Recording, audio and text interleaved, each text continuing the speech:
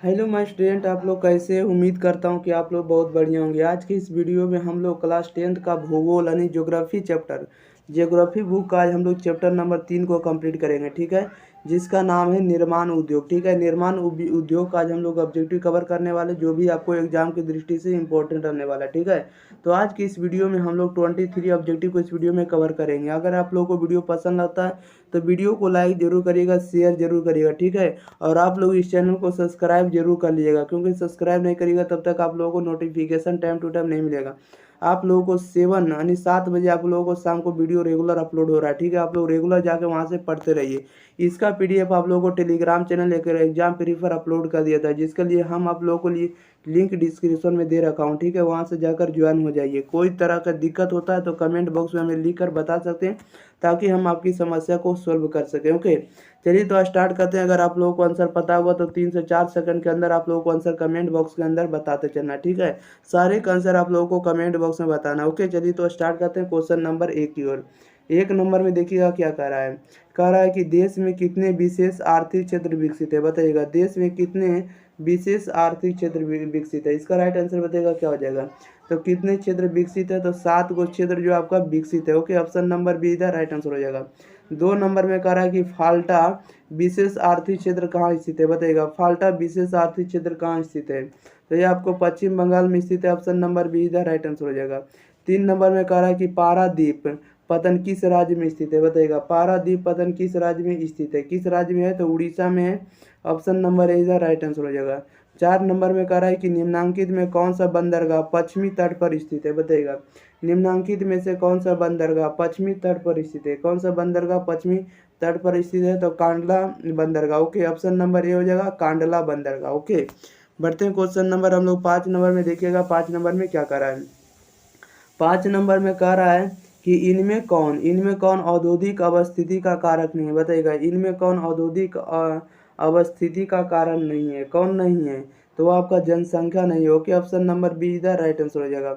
6 number में कह रहा है भारत में सबसे पहले स्थापित लौह इस्पात कंपनी निम्नांकित में कौन है। बताइएगा, भारत में सबसे पहले स्थापित लौह इस्पात कंपनी निम्नांकित में कौन है। तो लौह इस्पात कंपनी सबसे पहले कौन सा था, तो वह जो था आपका भारतीय लोहा और इस्पात company. Okay, option number A हो जाएगा भारतीय लोहा और इस्पात कंपनी। ऑप्शन नंबर ए इधर राइट आंसर हो जाएगा। बढ़ते हैं क्वेश्चन नंबर हम लोग 7 नंबर में। देखिएगा 7 नंबर में क्या कर रहा है। 7 नंबर में कह रहा है कि पहली आधुनिक सूती मिल मुंबई में स्थापित की गई थी, क्योंकि। बताइएगा, पहली आधुनिक सूती मिल मुंबई में स्थापित की गई थी, क्यों की गई थी। इसका राइट आंसर आप लोगों को बताना है।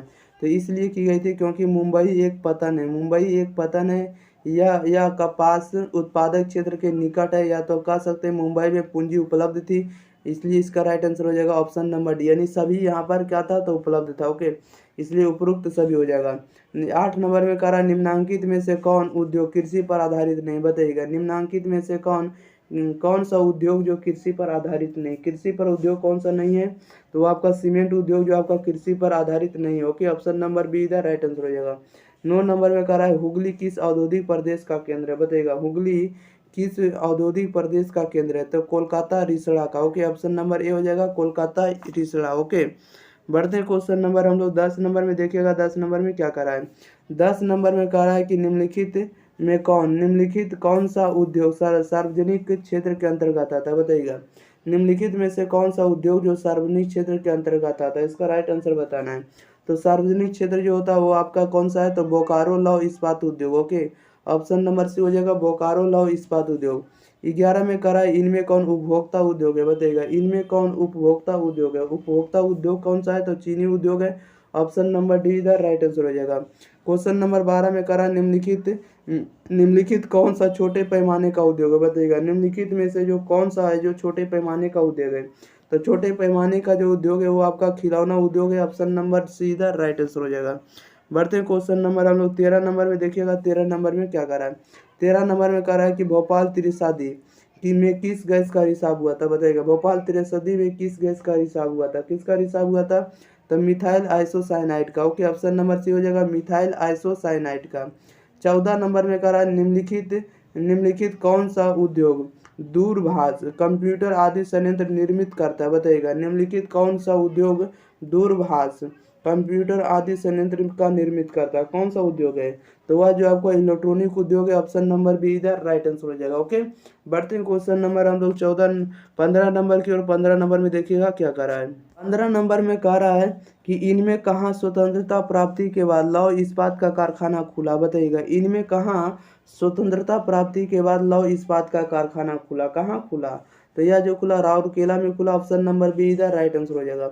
16 में कह रहा है कि निम्न में से कौन सा उद्योग चूना पत्थर को कच्चे माल के रूप में प्रयोग करता है? बताइएगा। निम्न में से कौन सा उद्योग चूना पत्थर को कच्चे माल के रूप में उपयोग करता है? कौन सा करता है? तो सीमेंट उद्योग है। ऑप्शन नंबर सीधा राइट आंसर हो जाएगा। 17 में कह रहा है कि नेपा नगर प्रसिद्ध है? बताइएगा। नेपा नगर किस लिए प्रसिद्ध है? तो अखबारी कागज के लिए। ऑप्शन नंबर सीधा राइट आंसर हो जाएगा। अखबारी कागज के लिए नेपा नगर प्रसिद्ध है। ओके, बढ़ते हैं क्वेश्चन नंबर हम लोग 18 नंबर में। देखिएगा 18 नंबर में क्या कह रहा है। 18 नंबर में जैसा कि देख रहे हैं, कह रहा है कि मोर मुगाओ बंदरगाह कहाँ है? बताइएगा। मोर मुगाओ बंदरगाह कहाँ है? इसका राइट आंसर बताइएगा। तो मोर मुगाओ बंदरगाह वो गोवा में स्थित है। ऑप्शन नंबर बी इधर राइट आंसर हो जाएगा। 19 नंबर में कह रहा है कि कांडला विशेष आर्थिक क्षेत्र कहाँ है? बताइएगा। कांडला विशेष आर्थिक क्षेत्र कहाँ है? तो कांडला विशेष आर्थिक क्षेत्र वो आपका गुजरात में। ऑप्शन नंबर डी इधर राइट आंसर हो जाएगा।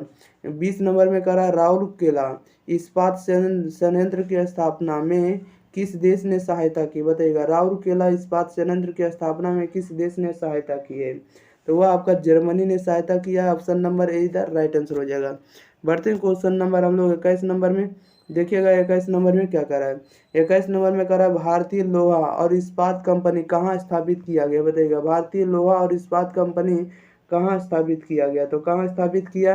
तो बर्नर में स्थापित किया गया। ऑप्शन नंबर डी इधर राइट आंसर हो जाएगा। 22 में कह रहा है कि इन्नौर बंदरगाह कहाँ स्थित है? बताइएगा। इन्नौर बंदरगाह कहाँ स्थित है? तो इन्नौर बंदरगाह कहाँ पर स्थित है? तो तमिलनाडु में। ऑप्शन नंबर बी इधर राइट आंसर हो जाएगा। 23 में कह रहा है भारत में प्रथम सूती वस्त्र उद्योग कहाँ स्थापित किया गया? बताइएगा। भारत में प्रथम सूती वस्त्र उद्योग कहाँ स्थापित किया गया? तो कोलकाता में किया गया। ऑप्शन नंबर सी इधर राइट आंसर हो जाएगा। ओके, चलिए तो इस वीडियो में हम आपको सारे के सारे ऑब्जेक्टिव कंप्लीट करा दिए। ठीक है, अगर आप लोग इस चैनल को सब्सक्राइब नहीं किए तो चैनल को जरूर सब्सक्राइब करिए, बेल आइकन जरूर प्रेस कर दिए। ठीक है, ताकि आपको लोगों को नोटिफिकेशन मिलते रहेगा। आप लोग 7 बजे आकर रेगुलर वीडियो को आप लोग पढ़ सकते हैं। ठीक है, रेगुलर आप लोगों को बढ़िया से बढ़िया कंटेंट आप लोगों को प्रोवाइड किया जाएगा। ठीक है, एग्जाम में आते आते आप लोगों का मैथ का भी आपको क्वेश्चन मिलने लग जाएगा। ठीक है, इसलिए आप लोगों को सब्सक्राइब करना है, वीडियो को शेयर करना है। जहाँ भी होता है कहीं भी सोशल मीडिया पर इस वीडियो को आप लोग शेयर कर सकते हैं। ओके, चलिए तो मिलते हैं अगले वीडियो के साथ। तब तक के लिए thank you for watching this video. धन्यवाद।